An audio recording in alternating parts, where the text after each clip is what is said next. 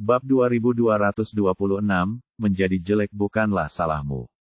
Ye Bufan secara alami tahu bahwa dia membantunya dan berkata, kalau begitu saya berterima kasih kepada Nona Lin di sini. Ini bukan apa-apa. Dokter Ye menyembuhkan penyakit saya yang membandel, jadi saya harus membalas budi. Lin Sisi sangat sopan untuk mengatakan itu. Pertama-tama, keduanya kini menjalin hubungan kooperatif, dan bisa saling memanfaatkan. Kedua, dia juga ingin berteman. Setiap kali mereka bertemu, dia menemukan bahwa pemuda ini menjadi semakin tidak bisa dimengerti. Menjadi teman orang seperti ini pasti 100 kali lebih baik daripada menjadi musuh. Setelah mengucapkan beberapa kata sopan lagi, dia juga memimpin orang-orang keluar dari klinik medis kuno. Setelah dia pergi, Chu Lingqi segera menghampiri, Din, tolong segera ubah aku kembali. Aku sangat jelek seperti ini. Setiap wanita menyukai kecantikan, tidak terkecuali dia dibandingkan dengan kecantikannya sebelumnya, itu jauh lebih rendah. Ye Bufan mengeluarkan pil penyamaran dan menyerahkannya padanya, rendam dalam air dan cuci mukamu. Chu Lingqi meminum pil itu dan segera berlari ke belakang untuk membersihkan penampilannya. Hu Yaoyao berkata dengan wajah penasaran, saudaraku, bagaimana kamu tahu orang-orang itu akan datang? Dan mengapa kamu mengubah penampilan Sister Chu menjadi seperti ini sebelumnya? Ternyata semua ini direncanakan oleh Ye Bufan. Saya membuat persiapan yang cukup untuk mengubah penampilan Chu Lingqi menjadi seperti sekarang. Melihat mata bingung semua orang yang hadir, dia berkata, pengurus rumah tangga telah benar-benar terkuras oleh saya. Belum lagi betapa miskinnya dia, tidak ada batu spiritual tambahan yang tersisa. Saat ini, Guan Chengfang datang ke pintu dan menghabiskan waktu 1000 batu spiritual bermutu tinggi. Datang kepadaku untuk perawatan medis pada dasarnya aneh. Jadi sejak dia masuk, setelah itu, saya terus mengamati setiap gerakannya. Meskipun rubah tua menyembunyikannya dengan baik, saya masih bisa melihat perhatiannya pada Chu Lingqi, dan saya dapat dengan mudah menebak tujuannya. Petik 2. Ternyata Ye Bufan sedang menonton. Kelihatannya biasa saja, namun nyatanya dia telah mengamati Guan Chengfang secara dekat dengan kesadaran spiritualnya. Meskipun kegembiraan dan kegembiraan pihak lain saat melihat Chu Lingqi tersembunyi dengan baik, dia masih bisa melihatnya dengan jelas. Setelah itu, saya memikirkannya lagi. Dengan identitas pihak lain, dia pasti memiliki kesempatan untuk menghadiri upacara pertunangan Raja Pelindung. Melihat situ Dianmo adalah hal yang wajar. Saat itu, dia 80% yakin bahwa lelaki tua itu datang ke klinik pengobatan kuno untuk Chu Lingqi. Hanya saja hanya dia sendiri yang mengetahui hal-hal ini, bahkan Zhang Xiaoyu pun tidak dapat mengatakannya. Karena itu, dia membawa Chu Lingqi ke aula belakang setelahnya dan langsung mengubah penampilannya. Awalnya hanya untuk berjaga-jaga, tapi sekarang ternyata sangat berguna. Tidak hanya mengalahkan konspirasi Guan Chengfang, tapi dia juga mendapat rumah besar secara gratis. Tapi ada satu hal yang tidak ingin dia pahami. Bagaimana Guan Chengfang tahu tentang Chu Lingqi? Mengapa dia menghabiskan 1000 batu spiritual bermutu tinggi untuk datang menemuinya? Saudara Ye, kamu luar biasa, mengapa saya tidak melihat apapun? Setelah mendengar analisisnya, mata Jiang Fangzu penuh dengan kekaguman. Nalan Yujia tersenyum dan berkata, pengurus rumah tangga benar-benar tidak beruntung selama 8 kehidupan. Dia benar-benar menjadi musuhmu. Sekarang dia tidak hanya telah diperas sepenuhnya, tetapi dia bahkan tidak bisa menyelamatkan rumah terakhirnya. Hu Yaoyao berkata sambil tersenyum, saya mendengar putranya juga menjadi menantu dan menemukan seorang wanita yang sangat jelek. Tidak peduli berapa banyak wanita baik yang telah dirusak Kirui selama bertahun-tahun, dia pantas mendapatkannya. Pada titik ini, Lu Sueman bertanya dengan rasa ingin tahu. Zhang Xiaoyu berkata bahwa sang putri sangat jelek. Saya benar-benar tidak tahu betapa jeleknya dia. Pada saat ini, terdengar suara langkah kaki yang kacau di luar pintu, diikuti dengan teriakan marah. Siapa Ye Bufan? Bela aku. Ye Bufan memindai dengan kesadarannya, dan akhirnya senyuman muncul di sudut mulutnya. Dia sudah ada di sini. Lihat sendiri betapa jeleknya itu. Setelah mendengar apa yang dia katakan, semua orang segera menoleh dan melihat keluar pintu. Saat itu, puluhan pengawal istana terlihat menghalangi pintu. Pemimpinnya adalah seorang wanita yang sangat gemuk dengan mata kecil yang tidak dapat dilihat bahkan dengan penglihatan yang buruk. Wajahnya berlubang besar di dalam lubang kecil, dan wajah besar berminyak itu jelek. Beberapa orang terkesiap. Mereka pernah melihat orang jelek, tapi belum pernah melihat orang jelek seperti itu. Jiang Fangzu berkata, saya sebenarnya merasa sedikit kasihan pada Guan Qirui yang menikahi wanita seperti itu. Hu Yaoyao tersenyum dan berkata, saya juga merasa sedikit tidak manusiawi. Ini mungkin hukuman dari Tuhan atas terlalu banyak dosanya sebelumnya. Sebagai perbandingan, Lu Sueman lebih serius. Xiao Fan, wanita ini sepertinya ada di sini untukmu. Kali ini, Du Guhong berteriak lagi, siapa Ye Bufan, apa kamu mendengarku? Keluar dari sini. Saudaraku Ye, aku benar-benar mencarimu. Ayo keluar dan melihat-lihat. Kata Ye Bufan dan keluar dari klinik medis kuno dan datang ke Du Guhong. Kamu ada hubungannya denganku. Du Guhong berkata, apakah kamu tahu siapa aku? Ye Bufan menggelengkan kepalanya, aku tidak tahu. Du Guhong berkata dengan bangga, aku adalah Putri Layang, dan milikku laki-laki adalah manajernya. Qirui, dia bilang kamu melakukan sesuatu padanya. Sekarang ikut aku ke istana untuk menyembuhkan akulah sang putri, biarkan masalah ini selesai, kalau tidak aku akan segera menghancurkan klinik medismu. Ye Bufan menggelengkan kepalanya, maaf, aku tidak bisa melakukan pekerjaanmu. Ekspresi Du Guhong berubah, mengira dia sedang membalas budi Anda.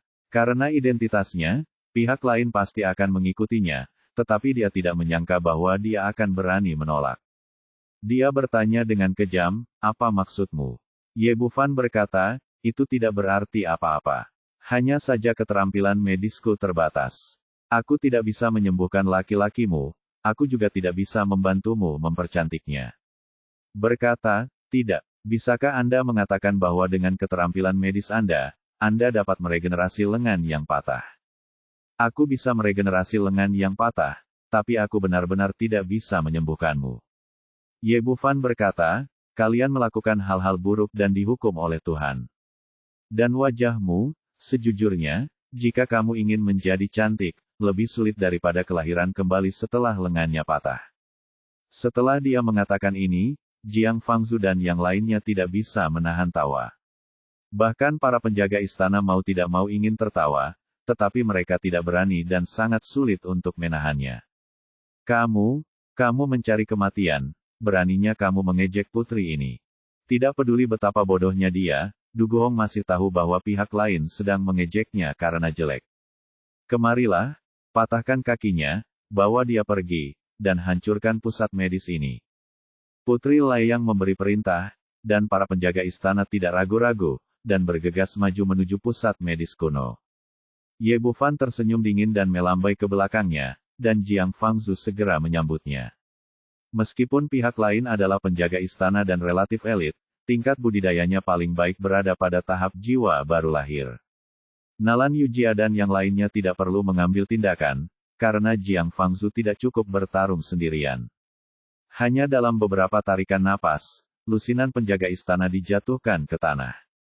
Ini, sial, sang putri tidak menyangka pihak lain menjadi begitu kuat, jadi dia tidak bisa menahan untuk tidak mengutuk. Dia memarahi Guan Qirui, dan pihak lain jelas tidak mengatakan yang sebenarnya padanya. Ye Bufan melangkah maju dan berkata dengan ekspresi bercanda di wajahnya, oke, keluar dari sini. Bukan salahmu kalau kamu jelek, tapi tidak benar menakut-nakuti orang saat kamu keluar. Bab 2227 Kasim Mei. Kamu, mata Du Guhong berkobar karena marah. Ini adalah kedua kalinya dia begitu marah setelah dipermalukan oleh Guan Qirui terakhir kali. Namun kini para penjaga di sekitarnya telah dipukuli seperti anjing. Tanpa penjaga, tidak ada kepercayaan diri yang akan meledak. Nak, tunggu saja aku. Istana Pangeran Layang tidak akan membiarkanmu pergi. Kata Du Guhong sambil melangkah mundur. Saat dia selesai berbicara, dia sudah melarikan diri karena malu dengan anak buahnya, hanya menyisakan ledakan tawa di belakangnya. Saudaraku, sepertinya ada masalah di klinik medis kuno kali ini. Saya adalah Putri Layang. Apa yang kamu takutkan? Setelah berkali-kali, siapa yang dapat menyentuh Dokter Ilahie? Mengapa apakah kamu banyak bicara? Tunggu dan lihat. Itu hanya pertunjukan. Orang-orang di sekitar banyak bicara, dan banyak orang khawatir dengan klinik medis kuno. Lagi pula, orang yang datang kali ini bukanlah orang biasa, tapi Putri Layang. Ye Bufan berbalik dan mundur. Apa yang terjadi sekarang agak di luar dugaannya. Saya tidak pernah berpikir bahwa Guan Qirui akan menikah dengan istana Pangeran Layang. Saya juga tidak pernah berpikir bahwa pria itu akan mencoba mengalihkan kemalangan dan memikat Putri Layang ke rumah sakitnya sendiri. Tapi jika tentara datang untuk menutupi air dan bumi, tidak ada yang perlu ditakutkan. Selama monster tua dari keluarga kerajaan tidak mengambil tindakan, dia tidak akan menganggap serius yang lain. Kemungkinan terburuknya, dia akan membawa semua orang keluar kota kekaisaran dan kembali merampok mereka di hari pernikahan. Di Istana Raja Pelindung, Yan Feng membawa rakyatnya kembali untuk melanjutkan hidupnya. Dia menceritakan kisahnya dari awal sampai akhir, dan akhirnya berkata, "Yang mulia, itulah yang terjadi." Wanita itu hanya terlihat mirip dengan Putri Situ, tetapi penampilannya sangat berbeda. Oh, Dugu Yuan mengangguk, Yan jika tidak ada Feng jika Lin Sisi tidak mengakui kesalahannya, maka tidak akan ada kesalahan. Karena klinik medis kuno tidak ada hubungannya dengan Putri Situ, dia kehilangan minat. Melihat sikapnya, Guan Chengfang sedikit cemas. Jika Raja Pendukung berbalik, tidak ada cara bagi pengurus rumah tangga untuk membalikkan masalah ini. Yang mulia, meskipun wanita itu bukan Putri Situ, saya merasa ada sesuatu yang mencurigakan dalam masalah ini. Anak laki-laki bernama Ye itu benar-benar aneh. Dengan tingkat kultivasi yang tinggi dan keterampilan medis yang baik, mengapa dia datang ke rumah saya? Kekaisaran Dasun, kota kekaisaran. Jika saya tidak salah, orang itu pasti memiliki tujuan yang tidak jelas, jadi dia mungkin orang yang masuk ke istana pada malam hari. Dugu Yuan memikirkannya, dan sekarang dia tidak tahu tentang kejadian itu, tentang membobol istana pada malam hari. Sangat prihatin. Untuk bisa menyelinap ke dalam istana secara diam-diam dan akhirnya lepas dari tangan leluhur, orang seperti ini tentunya bukanlah orang yang sederhana. Masih belum jelas apa tujuan pihak lain, tapi bagaimanapun juga, dia pasti tidak memiliki niat baik terhadap dirinya sendiri. Memikirkan hal ini, dia bertanya, "Komandan Yan, bagaimana penyelidikan masalah itu? Apakah Anda punya petunjuk?" "Ini, belum." Yan Feng berkata, "Bawahan saya telah mengirim orang untuk menyelidiki seluruh dasun kekaisaran. Di kota kekaisaran, orang yang terkena telapak hati leluhur Cui tidak ditemukan." Petik 2. Mereka tidak memiliki petunjuk sekarang. Satu-satunya petunjuk yang dapat digunakan adalah bahwa orang tersebut terkena telapak penghancur hati Dugu Xiu. Logikanya, dia seharusnya terluka parah dan menunggu perawatan, tapi orang seperti itu belum ditemukan. Dugu Yuan berpikir sejenak, "Sudahkah Anda memeriksa klinik medis kuno? Kapan mereka datang ke kota kekaisaran?" Yan Feng berkata, "Bawahan saya telah memeriksanya dan mereka datang ke kota kekaisaran Dasun kita beberapa hari yang lalu. Bagaimanapun juga, ini adalah hari ketika seorang pembunuh muncul di istana." Guan Chengfang tentu saja tidak akan melewatkan kesempatan bagus seperti itu dan segera melangkah maju untuk berkata.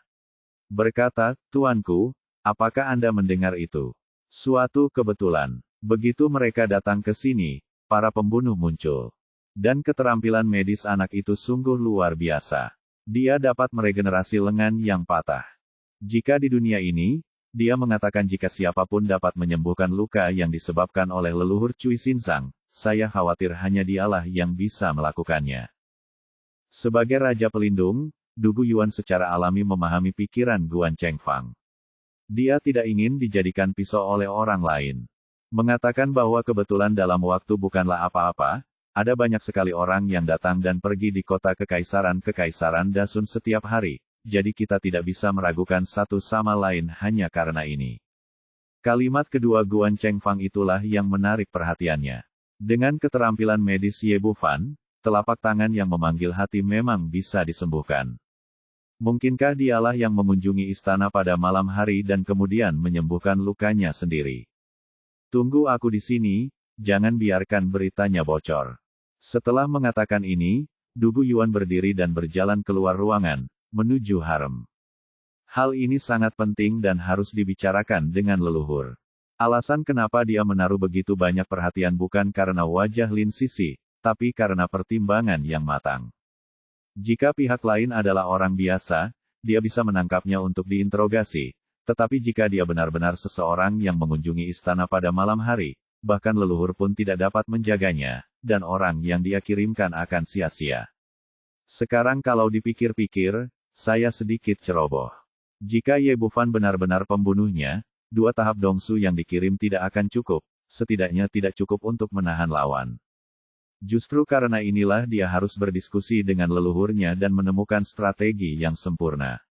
Karena dia ingin mengambil tindakan, dia tidak dapat memberikan kesempatan kedua kepada pihak lain untuk melarikan diri.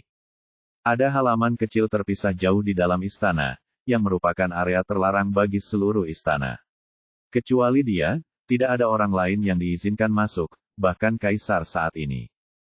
Du Guoyuan berjalan ke halaman dan segera muncul di sebuah ruangan yang sunyi. Di seberangnya duduk seorang lelaki tua berambut putih dan berjanggut. Itu adalah Du Guxiu, leluhur keluarga kerajaan. Yuaner, apakah kamu punya masalah denganku? Du Guxiu berkata dan perlahan membuka matanya. Cucuku punya sesuatu yang penting untuk dimintai nasihat kakekku. Du Guoyuan menceritakan kejadian sebelumnya dari awal sampai akhir, termasuk kecurigaannya sendiri. Akhirnya, dia berkata, kakek, cucuku tidak dapat memutuskan masalah ini, jadi aku memintamu untuk mengambil keputusan. Du Guxiu merenung sejenak, jika itu benar-benar orang yang malam itu, kecuali aku, tidak mungkin orang lain bisa menjaganya. Petik 2. Cucuku juga berpikir begitu, jadi aku meminta leluhur untuk mengambil keputusan. Yah, bukankah pria itu dokter yang baik? Kamu akan mengirim seseorang ke istana untuk mendiagnosis penyakit saya. Saya akan mengetahuinya segera setelah saya melihatnya. Kakek adalah ahli strategi yang baik, cucuku akan melakukannya sekarang. Du Guoyuan tidak menyanjung, metode Du Guxiu memang bagus. Jika Ye Bufan adalah pembunuhnya malam itu, istana adalah tempat terbaik untuk menangkapnya, tidak akan berhasil dia melarikan diri untuk kedua kalinya.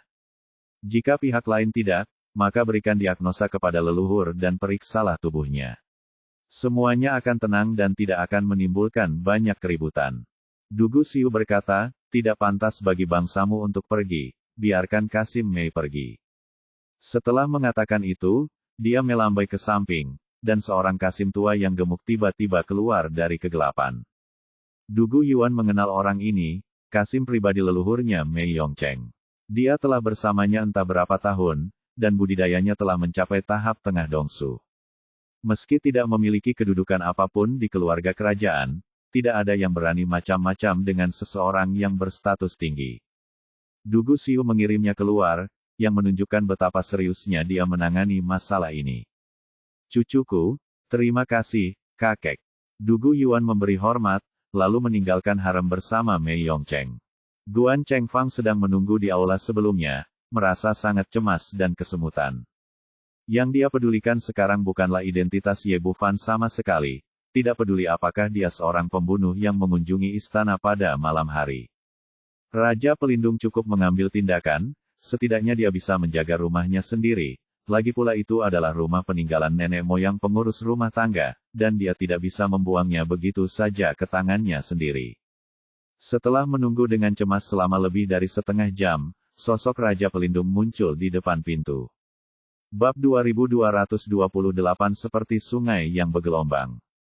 Guan Chengfang segera bergegas ke depan untuk menyambutnya, dengan ekspresi bersemangat di wajahnya, yang mulia, apa pendapat Anda tentang masalah ini? Du Guoyuan mengabaikannya dan berjalan ke tempat duduknya. Dia mengambil cangkir teh dan menyesapnya. Setelah meletakkannya, dia berkata, kakekku telah mengirim seseorang untuk mencari Ye Bufan. Saat dia tiba di istana, sekilas kamu akan tahu apakah dia kakek asli atau tidak. Karena lelaki tua Zhu telah setuju untuk mengambil tindakan, maka dia pasti akan ditangkap. Guan Chengfang tampak bersemangat dan mengepalkan tinjunya. Entah kenapa, dia punya intuisi bahwa Ye Bufan pastilah pembunuh yang mengunjungi istana pada malam hari. Selama leluhur kerajaan membunuhnya, dia tidak hanya bisa membalas dendam, tapi dia juga bisa menyelamatkan rumahnya dan mendapatkan kembali semua uang yang hilang. Ye Bufan sedang duduk di klinik medis kuno, minum teh dan menunggu.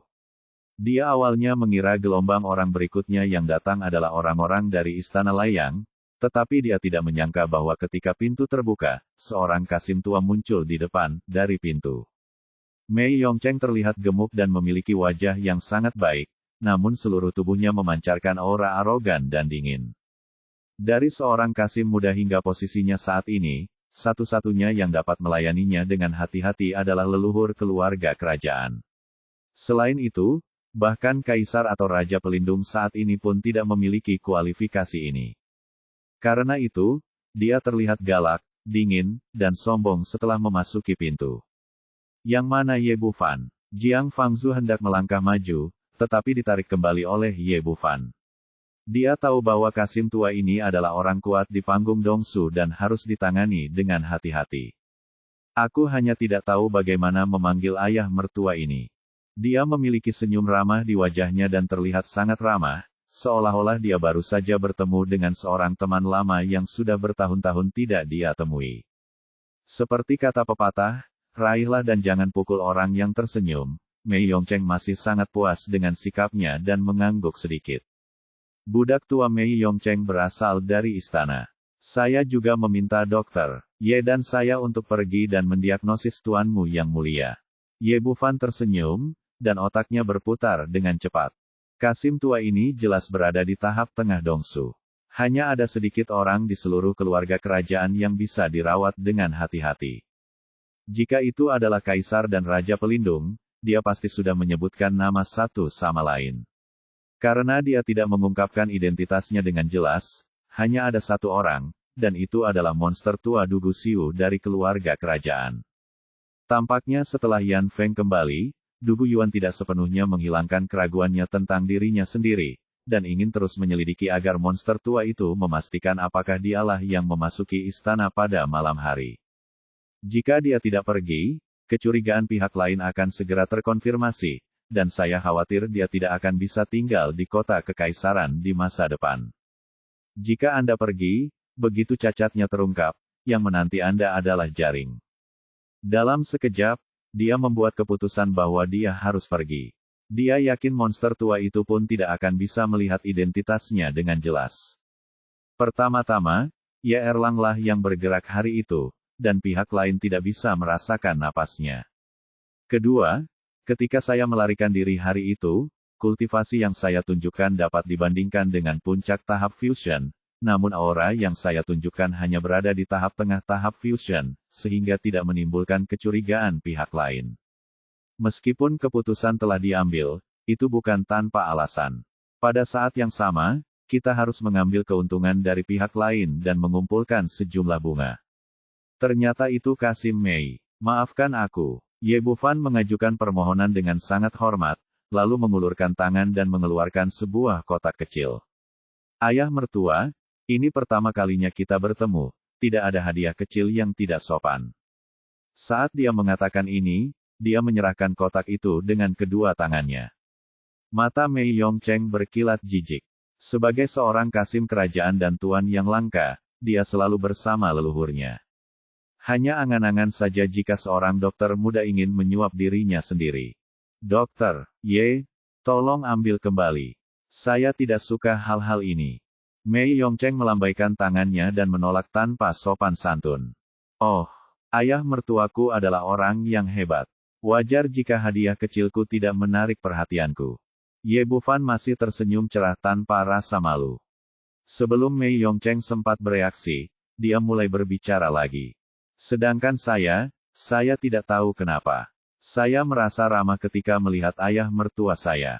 Saya telah pergi ke beberapa tempat dan telah menjalin ikatan yang tak terpisahkan dengan ayah mertua saya. Misalnya, Zheng Sanbao dari Kekaisaran Tianfeng, Kasim Zheng dari Kekaisaran Daxing, dan Zhang dari Kekaisaran Daxing.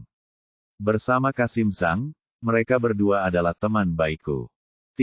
Ayah, saya telah membantu mereka memperbaiki tubuh mereka yang rusak, dan mereka sekarang menjadi orang normal. Mereka menggunakan pil yang baru saja saya berikan kepada ayah mertua saya, yang disebut Tian Budan. Pil itu tidak terlalu berharga, tetapi dapat memperbaiki semuanya tubuh manusia. Cacat. Sekarang sepertinya Kasim Mei masih setia kepada keluarga kerajaan dan sama sekali tidak peduli dengan hal semacam ini.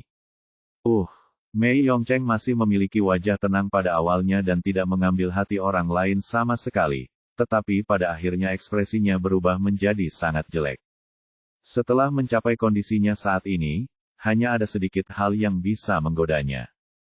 Tak perlu dikatakan lagi tentang wanita, sebagai seorang Kasim, dia bahkan tidak mau melihat hal itu. Dalam hal uang, dia tidak akan mengatakan bahwa dia sekaya negaranya, tetapi karena dia dapat menikmati semua sumber daya budidaya yang disediakan oleh Kekaisaran Dasun, dia tidak perlu khawatir tentang uang sama sekali.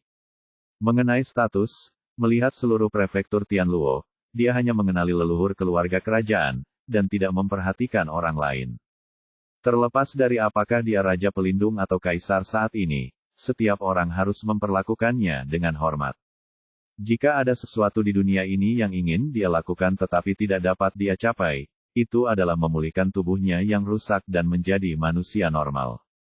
Tapi dia hanya memikirkan hal semacam ini sebelumnya ketika dia sedang bermimpi, dan dia belum pernah melihat harapan apapun. Dia tidak pernah menyangka suatu hari nanti seseorang akan menawarinya kesempatan, tapi dia akan melewatkannya. Dia mengenal Zheng Sanbao dan Zhang He. Meskipun budidaya mereka tidak sebaik miliknya, mereka tetap yang terbaik di antara para Kasim. Namun dia tidak menyangka bahwa mereka berdua telah sepenuhnya memperbaiki tubuh mereka dan meninggalkan keluarga kerajaan. Saat ini, hatinya penuh penyesalan, dan dia ingin segera menamparkan dirinya sendiri. Apa yang dia pura-pura tadi? Dia menelan ludahnya dan berkata dengan suara kering, "Dokter Ye, apakah yang baru saja Anda katakan? Itu benar." Ye Bufan tersenyum tipis, "Tentu saja benar. Ayah mertua saya sangat setia. Saya sangat mengagumi Anda. Ini seperti sungai yang bergelombang, tak berujung." Mei Yongcheng melambaikan tangannya dengan cepat dan berkata, "Bukan itu yang kubicarakan. Zheng Sanbao dan Zhang He benar-benar telah memperbaiki tubuh mereka yang rusak. Apakah ini salah? Saya melakukan semuanya sendiri, dan tidak akan ada kesalahan apapun." Ye Bufan berkata, "Ayah mertua saya sepertinya sudah lama tidak terlibat dalam urusan duniawi. Anda bisa mencari tahu hanya dengan bertanya-tanya kapan Anda kembali ke keluarga kerajaan. Bagaimana mungkin saya berbohong kepada Anda? Dr. Ye, mohon tunggu sebentar, saya akan menangani beberapa masalah pribadi terlebih dahulu." Mei Yongcheng juga orang yang licik, dan dia tidak bisa mempercayai orang lain dengan mudah. Dia berbalik dan meninggalkan klinik medis kuno, lalu mengeluarkan jimat komunikasi giok dan mengirim pesan untuk bertanya kepada manajer umum Ouchi di Kekaisaran Dasun saat ini. Dalam hal senioritas, ketua Ouchi saat ini masih menjadi muridnya, jadi wajar saja dia tidak berani menyembunyikan apapun dan menyampaikan kembali semua informasi tentang Zheng Sanbao dan Zhang He. Saat ini, dia tidak lagi ragu bahwa pemuda di depannya benar-benar memiliki kemampuan untuk membantu Kasim memperbaiki tubuhnya yang rusak. Setelah mengkonfirmasi, Mei Yongcheng merasa menyesal. Hal bodoh apa yang baru saja dia lakukan? Dia sekarang berharap dia bisa segera mendapatkan pil pembangun surga di tangannya, tetapi dia sudah menolaknya sekarang, dan sekarang dia tidak bisa melepaskan kehormatan ketika dia memintanya. Sepertinya kita hanya bisa menjalin hubungan baik dengan pemuda ini dan memikirkan solusinya secara perlahan. Memikirkan hal ini, dia masuk ke klinik medis kuno lagi, dan dia benar-benar berbeda dari sebelumnya. Leng Ao benar-benar menghilang, dan wajah lamanya tersenyum seperti bunga krisan. "Dr. Ye, Anda memang pemuda yang berbakat. Saya bersedia berteman dengan orang seperti Anda." Bab 2229, Kesesuaian Khusus. Ye Bufan terkekeh, "Benarkah? Sepertinya Kasim Mei dan saya benar-benar cocok." "Tentu saja. Itu benar. Saya juga berpikir bahwa Dokter Ilahi Ye sangat dekat dengannya. Tahu cara menyenangkan seseorang, tetapi teknik ini sudah bertahun-tahun tidak digunakan, dan sekarang agak asing. Dr. Ye, budak tua ini juga memiliki status tertentu di Kekaisaran Dasun. Jika Anda mengalami kesulitan apapun, beritahu saja saya. Benarkah? Aku benar-benar punya masalah saat ini. Ye Bufan menunjukkan sedikit rasa malu saat mengatakan ini. Ini baru pertemuan pertamaku dengan ayah mertuaku. Bukankah akan sedikit memalukan jika merepotkanmu untuk melakukan sesuatu untukku? Ketika dia mendengar bahwa pihak lain benar-benar ada hubungannya dengan dia, Mei Yongcheng langsung sangat gembira. Selama pihak lain menginginkan sesuatu darinya, dia akan dapat meminta pil pembangun surga ketika saatnya tiba.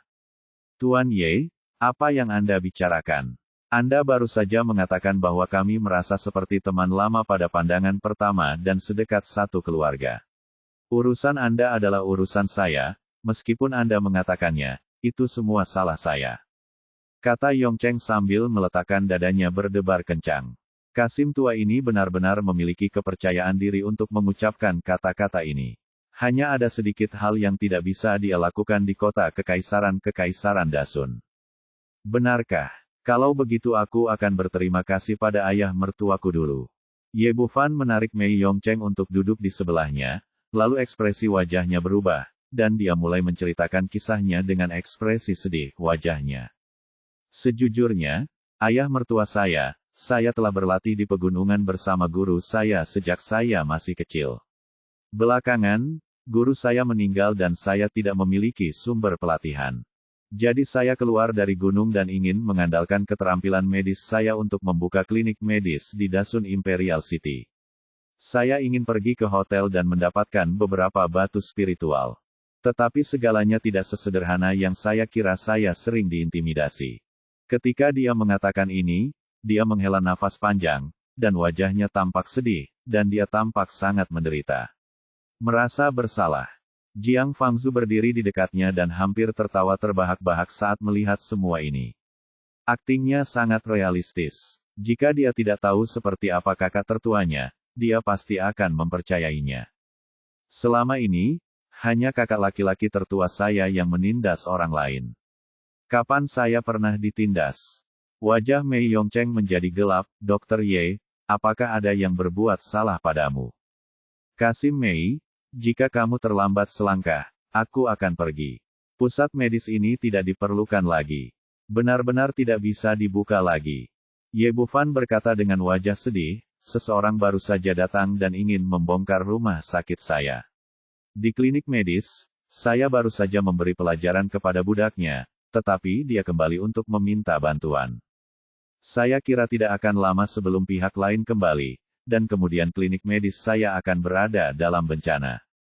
Ini benar-benar tidak masuk akal. Mei Yongcheng juga seorang veteran, dan dia hanya setengah percaya dengan apa yang dikatakan pihak lain, tapi yang dia butuhkan sekarang adalah kesempatan untuk tampil, jadi tentu saja dia tidak akan ragu sama sekali. Dr. Ye, jangan khawatir, masalah ini akan ditangani oleh budak tua itu. Jika orang-orang itu datang, serahkan padaku. Ayah mertua, lupakan saja. Saya mendengar bahwa latar belakangnya adalah Raja Layang, dan kami tidak boleh menyinggung perasaannya. Jika tidak, saya akan membubarkan klinik medis dan meninggalkan Kekaisaran Dasun.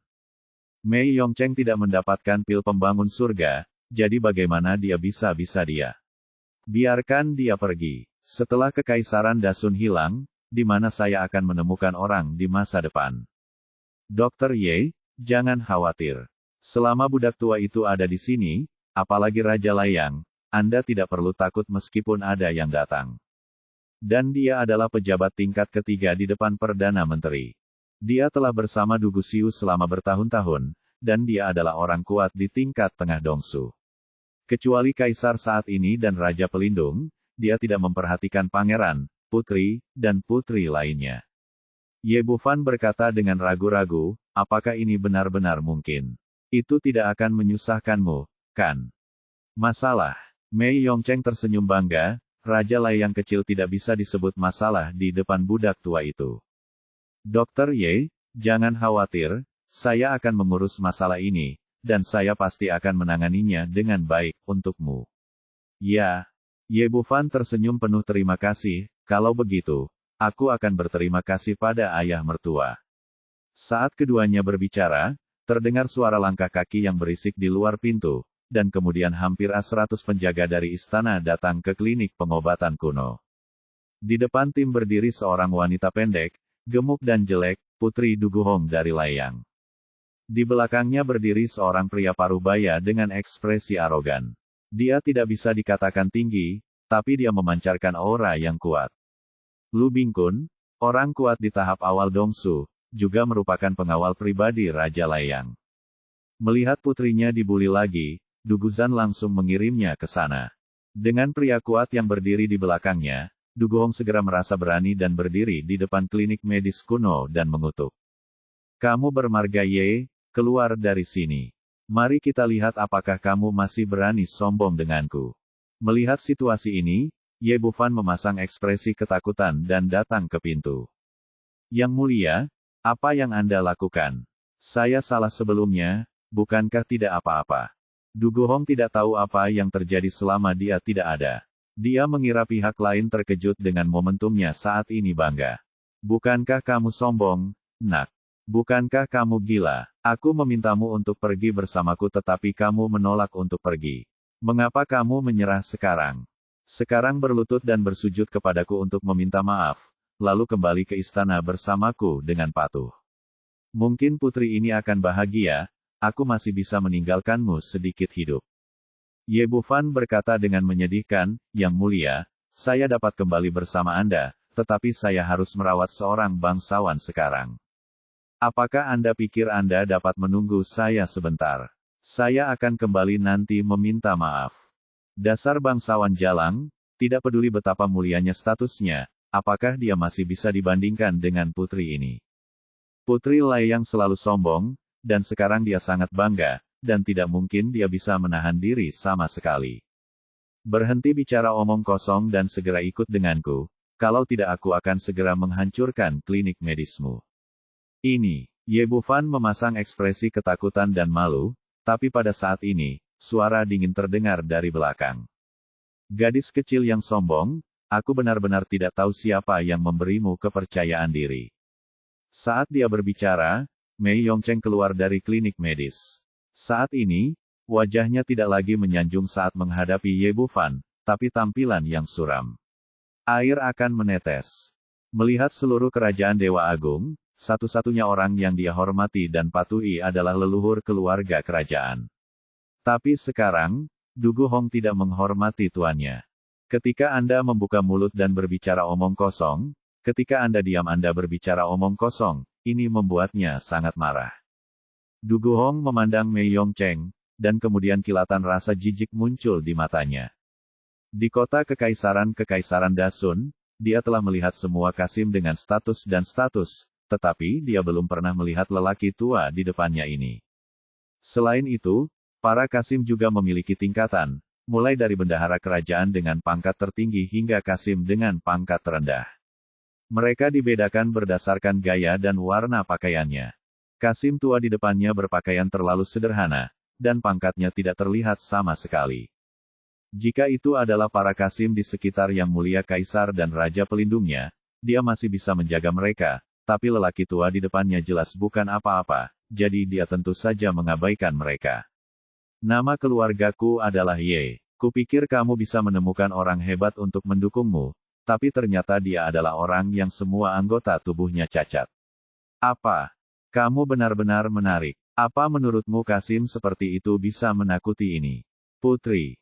Bab 2230, jelek tidak punya otak. Ye Bufan menundukkan kepalanya dan memasang ekspresi patuh, tapi hatinya dipenuhi dengan kegembiraan. Dalam hal keterampilan mencari kematian, Putri Layang jelas merupakan yang nomor satu. Mengatakan di depan seorang kasim bahwa seseorang tidak memiliki anggota tubuh atau bahwa dia adalah seorang kasim jelas merupakan penghinaan terbesar. Tidak apa-apa jika dia adalah orang biasa, tapi apa identitas pihak lain? Meskipun dia juga seorang kasim, dia melayani monster tua keluarga kerajaan. Bagaimana dia bisa terprovokasi oleh sembarang orang? Awalnya, dia bisa menebak bahwa meskipun Mei Yongcheng tidak takut pada Raja Layang, dia tetap akan menyelamatkan mukanya. Justru karena itulah dia bergegas keluar untuk menyalakan api, tapi dia tidak menyangka wanita bodoh ini akan begitu kooperatif. Hanya dengan beberapa kata, Mei Yongcheng sangat tersinggung sehingga tidak ada ruang untuk relaksasi. Bahkan, tak heran jika Kasim tua ini begitu sombong hingga ekstrim. Ia mengira dengan budidaya dan statusnya, ia tidak perlu membawa rombongan apapun, sehingga ia lari keluar istana sendirian. Dan dia sudah terlalu lama bersembunyi bersama Du Guxiu. Melihat seluruh kota kekaisaran, kecuali beberapa orang tua, hanya sedikit orang yang mengenalnya sama sekali. Misalnya, tak seorang pun di istana Pangeran Layang di depannya, dari Du Guhong dan Lu Bingkun hingga penjaga di bawah, mengenalnya. Karena tidak ada yang mengenalnya, Kasim tua tanpa identitas atau status tentu saja tidak akan dianggap serius oleh mereka. Tapi ini membuat Mei Yongcheng marah. Wajahnya pucat dan sangat jelek. Gadis kecil, tahukah kamu apa yang kamu bicarakan? Bahkan jika ayahmu Du Guzan berdiri di sini, dia tidak akan berani berbicara dengan budak tua ini seperti ini. Seorang budak, berani berbicara di depan putri ini menyebut nama ayahku benar-benar meminta kematian. Du Guhong melambaikan tangannya ke belakang, kemarilah, tampar mulut lelaki tua ini hingga berkeping-keping. Melihat betapa bodohnya wanita jelek ini, Ye Bufan merasa senang. Dia berlari ke Mei Yongcheng. Dengan panik, Kasim Mei, kenapa kita tidak segera lari? Kita tidak boleh menyinggung perasaan orang-orang di istana. Tidak perlu, serahkan padaku. Aura pembunuhnya tidak muncul selama bertahun-tahun, dan orang-orang di luar tidak lagi menganggapnya serius. Kasim Mei, mohon bersikap lembut. Dia milik istana Pangeran Layang. Kami benar-benar tidak mampu membelinya jika terjadi sesuatu padanya. Akhirnya, dia menyalakan api lagi, dan Ye Bufan berlari ke rumah sakit dengan kepala di tangan, tapi wajahnya sudah berlumuran darah. Anda telah melakukan apa yang seharusnya Anda lakukan, dan orang-orang di istana Layang hanya menunggu untuk menanggung amarahnya. Begitu dia pergi, ratusan pengawal kerajaan yang dibawa oleh Du Guhong bergegas dan mengepung Mei Yongcheng. Karena orang-orang ini telah menerima perintah dari tuannya, mereka tidak ragu-ragu dan sangat ingin menjadi orang pertama yang maju dan pamer di depan sang putri. Keluar dari sini, Mei Yongcheng yang marah meledak seketika, dan momentum kuatnya menyapu seperti tsunami.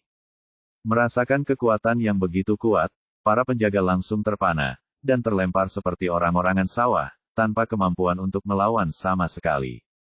Du Guhong berdiri di dekatnya sambil memperlihatkan gigi dan cakarnya, namun tertegun saat melihat pemandangan ini. Dari mana datangnya Kasim tua ini? Bagaimana dia bisa begitu kuat?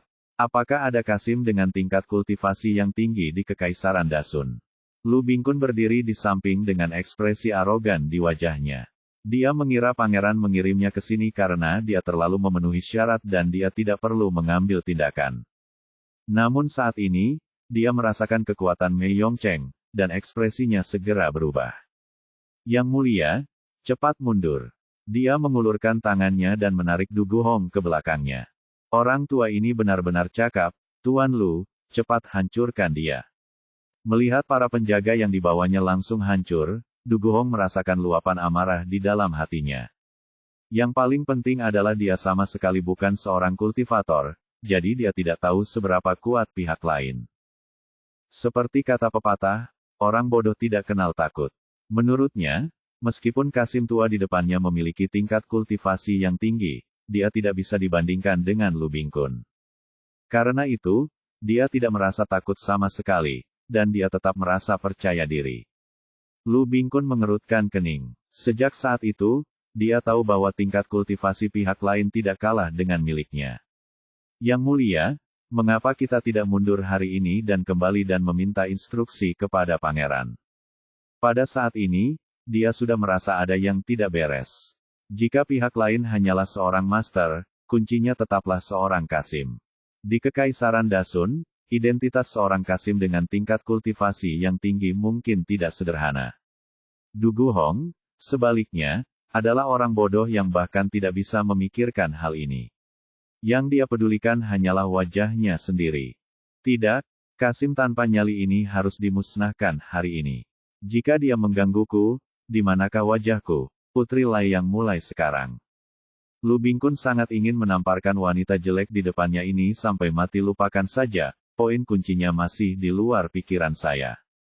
Jika Anda masih membuat marah pihak lain saat ini, apakah kepala Anda benar-benar ditendang oleh keledai? Benar saja, setelah dia mengatakan ini, ekspresi Mei Yongcheng menjadi semakin suram, dan dia berjalan menuju sisi ini selangkah demi selangkah. Ayah mertuaku, kami dari Istana Layang. Lihat apa yang terjadi hari ini. Lu Bingkun bukanlah orang yang gegabah. Serahkan wanita jelek ini padaku dan kamu bisa keluar. Ke atas. Ini sama sekali tidak mungkin. Meskipun Lu Bingkun sedikit takut pada pihak lain, dia tetap tidak bisa menyerahkan sang putri. Jika tidak, dia tidak akan bisa menjelaskannya ketika dia kembali ke Istana Layang. Kamu tidak tahu berterima kasih, kamu benar-benar mengira aku takut padamu. Melihat tidak ada ruang untuk rekonsiliasi, dia berteriak dengan marah dan mengulurkan tangan untuk meraih Mei Yongcheng.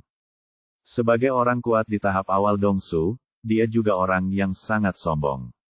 Dia berpikir bahwa begitu pihak lain melihat kultivasinya, dia akan menyerah dan setidaknya ada ruang untuk negosiasi. Kamu jangan melebih-lebihkan kemampuanmu. Mei Yongcheng sangat marah saat ini. Dia tidak memiliki niat sedikit pun untuk menahan diri, jadi dia menamparkan wajahnya. Merasakan kekuatan pihak lain secara pribadi, ekspresi Lu Bingkun tiba-tiba berubah. Ternyata itu adalah tahap tengah Dongsu. Awalnya saya mengira pihak lain berada pada tahap awal Dongsu, tetapi saya tidak menyangka bahwa levelnya jauh lebih tinggi dari saya. Saat ini, di dalam hatinya, dia sudah menyapa 18 generasi nenek moyang Duguhong. Wanita bodoh ini justru memprovokasi lawan yang begitu kuat. Tapi sekarang sudah terlambat untuk menyesalinya. Menghadapi tamparan itu, dia hanya bisa memukulnya dengan seluruh kekuatannya. Sangat disayangkan kesenjangan dalam kultivasi terlalu besar, tidak peduli seberapa keras dia berusaha, dia tidak dapat menebusnya. Baru saja mendengar dentuman, Lu Bingkun ditampar seperti lalat, dan beberapa suap darah muncrat di udara. Meskipun kali ini tidak membunuhnya, dia pasti terluka parah dan tidak memiliki kekuatan untuk bertarung lagi. Setelah berhadapan dengan Lu Bingkun, Mei Yongcheng memandang Putri Layang dengan mata dingin. Baru pada saat inilah Duguhong menyadari keberadaan macam apa yang telah diprovokasinya. Kasim tua ini terlalu kuat, dan 10 kali lebih kuat dari Lu Bingkun. Dia benar-benar tidak mengerti metode apa yang digunakan pemuda di depannya untuk menemukan penolong yang begitu kuat. Jangan kemari. Ayahku adalah Raja Layang. Jika kau menyentuhku, dia tidak akan melepaskanmu. Kata Duguhong sambil melangkah mundur dengan gugup, tapi sebelum dia sempat mengambil beberapa langkah, aku merasakan leherku menegang, dan Mei Yongcheng sudah meraihnya.